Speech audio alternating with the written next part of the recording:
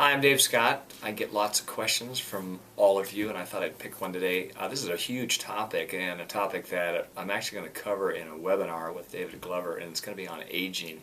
So I'll just hit on a couple of key points. I got an email from a gentleman who's 60 years old, and he said he's having more difficulty in his workouts because he's getting older. Well, I think we all recognize that age curve, and sometimes it hits us when we're in our mid-30s, sometimes in our mid-40s, and we certainly notice a slowing down. What does that slowing down mean, and how do we negate that slowing down?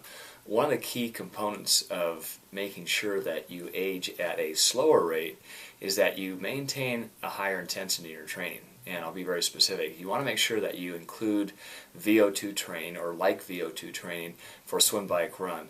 So an example of this, the ideal segment length is between about 3 to 7 minutes. And you may find that, boy, if I go 3 minutes and I'm working at around 90% of my capacity in these efforts, that I can't sustain it. A way to chop that up is to do it in smaller increments. So, for example, you might do 3 times a minute with just a sort of a short break of 5 to 15 seconds rest in between, keeping up your intensity. Eventually, you want to try to increase that segment length. So here's the set. You may start off with 3 times 3 minutes with an equal amount of recovery in between.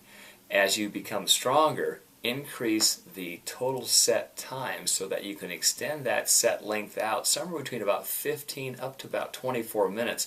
And even with the elites, Chrissy Wellington and Craig Alexander were doing 24-minute VO2 sets. Well, they're the cream of the crop. If we can get most of the aging athletes in that 15 to 20 minute range in one set, that's work time, not including rest time, just work time, that would be great. So this set from 3 times 3 minutes could grow to 4 times 3 minutes, and then you start increasing the segment length. So for example, it might be 3 times 5 minutes, and you have a 15-minute block. Again, allowing enough recovery. Do that once a week, once per discipline, and you'll be stronger. Second thing is on weight training, strength training. When you're doing the strength training, make sure that you're taking the exercises to fatigue, not failure. There's a lot of markers, physiological markers, when we go to failure that really are fairly destructive and takes us longer to rebound.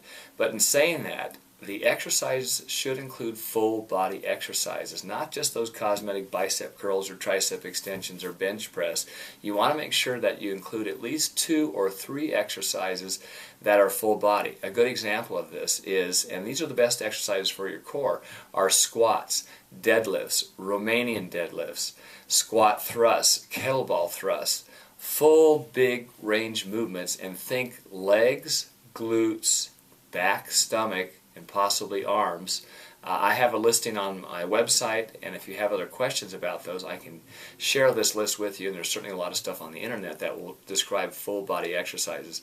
Include those in your weight routine because that is the biggest bang for your buck as far as elevating your whole metabolism. And we elevate our metabolism, we increase the amount of natural production of human growth hormone and also testosterone.